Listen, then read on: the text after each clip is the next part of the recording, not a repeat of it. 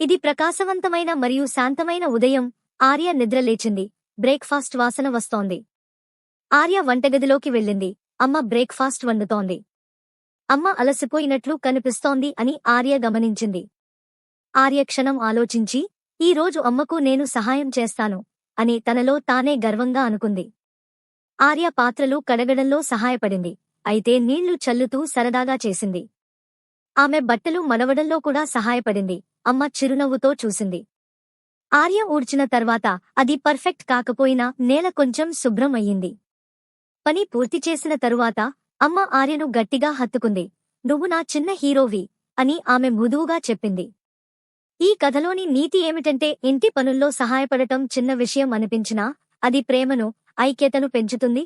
చిన్న చేతులే పెద్ద మార్పు తీసుకురాగలవు.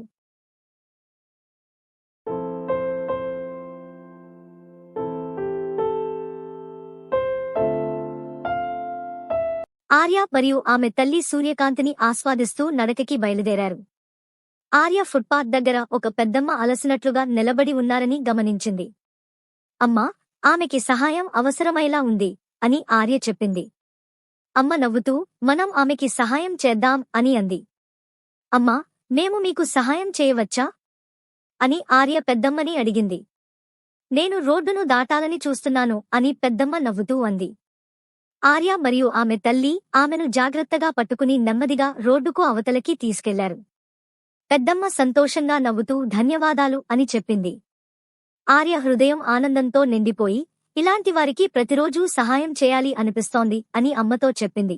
తల్లి ఆమెను చూసి సంతోషంగా నవ్వింది.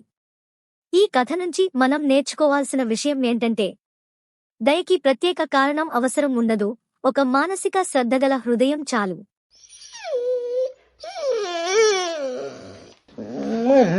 ఆర్య మరియు ఆమె తల్లి మార్కెట్ నుండి ఇంటికి మాట్లాడుకుంటూ నవ్వుతూ వెళుతున్నారు.